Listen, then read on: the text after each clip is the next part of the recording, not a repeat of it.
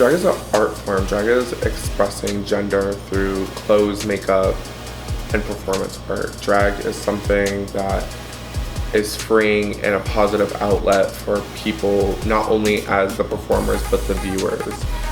Drag is a political statement on the end of the day, and a very strong political statement at that.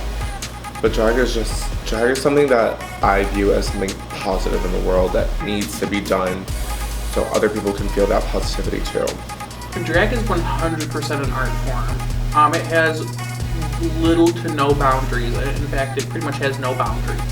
Of course, what you do puts you in different categories of drag.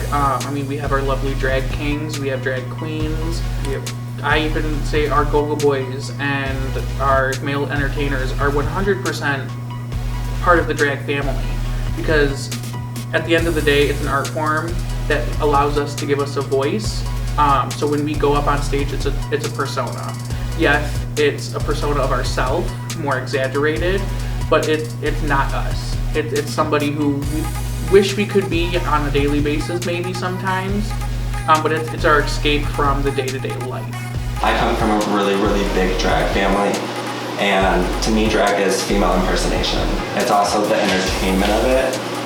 But now, drag is anything. Drag is being who you're not allowed to be on a normal daily basis. For me, Ariana gave me the strength to get out there and showcase my talent other than dancing as a boy. Drag as it definitely is an art form. It's RuPaul has this famous quote, "We're all born naked and the rest is drag." And it's inevitably true. When we get dressed in the morning, we're getting into drag. We're constantly fixing ourselves up, getting ourselves presentable, ready for the world, making ourselves feel how we want to feel, and that's drag.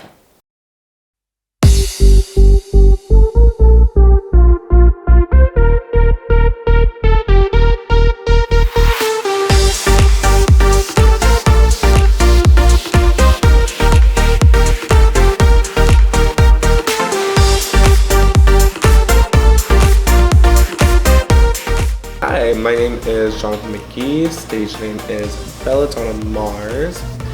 Hi, my name is Richard J., also known as Luscious Minge. Mike Beasley. My drag name is Ariana Love Hunter. My name is Gabe Steffi.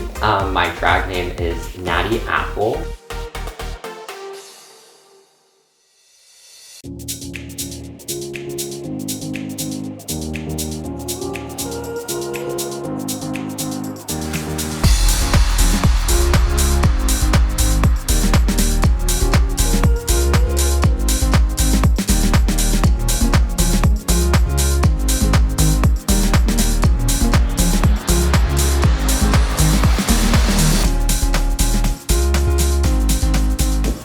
I feel like a lot of drag queens are always the forefront and the face of change.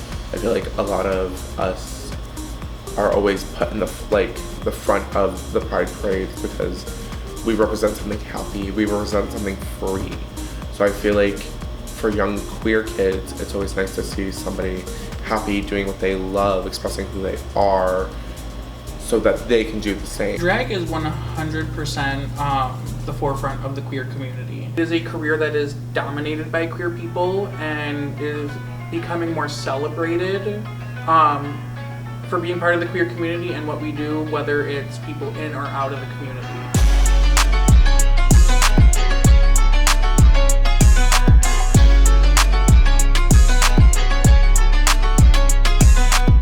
We are based off of protesters who have given us the rights that we have today, and that unfortunately we are still fighting for today.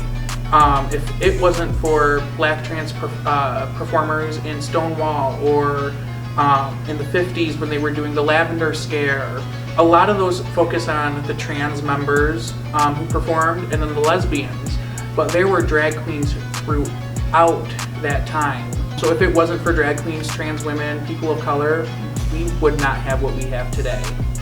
I don't know where people get this from. The only sexual thing that happens with me is my titties fall out sometimes, but that's usually they go on the floor. No, I rarely do sexual stuff because I am more of an advocate. kind of drag queen, I tend to do numbers that are good for all people. Drag definitely can be sexual. I won't, that was, when I first started, that was the first thing I told my mom. I was like, it's not a sexual thing. But I feel like there's obviously a lot of venues that want a more sexual performance, and there's a lot of venues that don't want that. When it's an all-age event, a lot of us understand there are gonna be kids there, so we won't do anything sexual.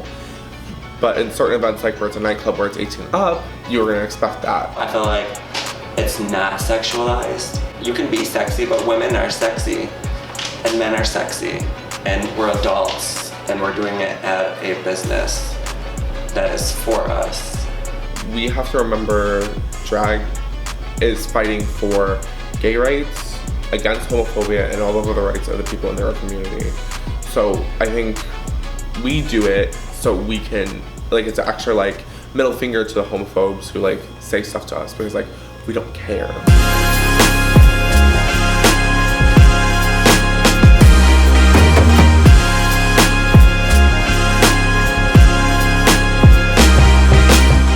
I feel like we still have a very big problem with racism in drag. You notice it in the bookings. You notice a lot of queens that have these big shows, let them be POC or not, will book an all-white cast. Or they will book one, either African-American or person of color in these casts. I feel like we, as queer people, strive and beg for acceptance between all, but when we look at the idea of racism and we look at the idea of segregation, especially in the drag community or the gay community, we just turn a blind eye to it. Because at the end of the day, when you're being racist, some performers still carry that ideology into drag, and that's a big problem. I know many girls who are people of color who don't get the shows that they should. And it happens even here in Detroit. You will see it, and unfortunately it does happen. But that gives those people a chance to even fight harder. And that's why I love Wednesday nights where I host here at Gigi's Gay Bar. It's an open mic night, pretty much. Anybody can come in and perform. Certain bars and certain establishments gravitate more to certain queens and certain races, and there's nothing wrong with that, but at the end of the day, we're a community together. Whether if we're black, white, Asian, trans, straight, we're all a community together. When we come together for Pride, we're a community. So I don't feel like we should be divided in separate bars or anything. I feel like as bad as it is now, we're already fighting for our lives and our freedom. And women can't even, they don't have a say-so over their own bodies. So why are we fighting with each other about a bar? And they're all for us. I don't believe everybody wants to transition because drag is an art form. My gender is who I am. And I think a lot of people need to realize that, especially when it comes to our non-binary performers, our assigned female at birth performers, our trans performers, because not everybody that does drag is just a cis male that wants to transition to a woman. I have never woke up and been like, today I'm gonna change everything about Mikey. When I come in this bar and I sit down in this chair and I do my makeup, I'm Ariana. As soon as my show is over and all the makeup comes off, I'm Mikey. I love who I am as Mikey, and I love who I am as Ariana. I'm not confused. I don't want to be trans. I don't want to be a woman. I just love the entertainment purpose of it. And to see somebody in the crowd say, I want to be like you, you inspire me, that makes me feel good. That's what keeps me going. But at the end of the day, I like who I am. There are many queens who, by going through drag realize, yes, I feel more confident in drag than I have ever out of drag and ever will. Maybe this is who I am. It opens people's eyes, but that's not the case for everybody. I think in the last few years, with everything political that's been going on, we have had to maybe cut some family members out of our lives. Not not really because of politics, but in my brain is if you are voting for someone who takes rights away from my child, then that is more than politics. That is personal. And just at this point in my life, I don't need certain people that I can't respect and that I can't align my values with. I don't look at the negative comments or people saying that drag queens shouldn't read to kids and it's offensive. There's so much other negative things happening in this world today. School shootings and people dying, cops killing people, racism. There's just so many other things to worry about other than a man putting on a wig and entertaining a crowd of people. The number one solution to closing the gap of ignorance between people who are homophobic and the community and allies is conversation.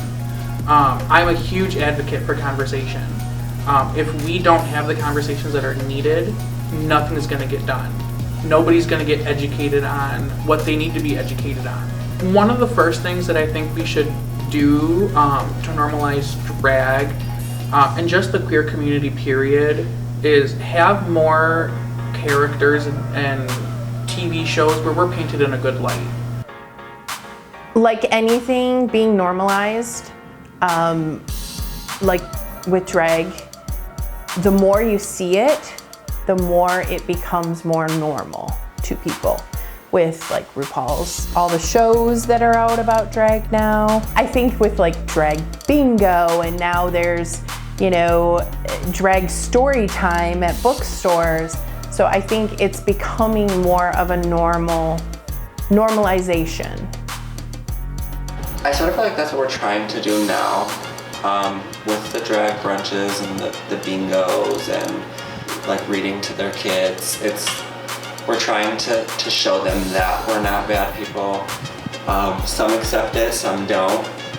It's an everyday work in progress.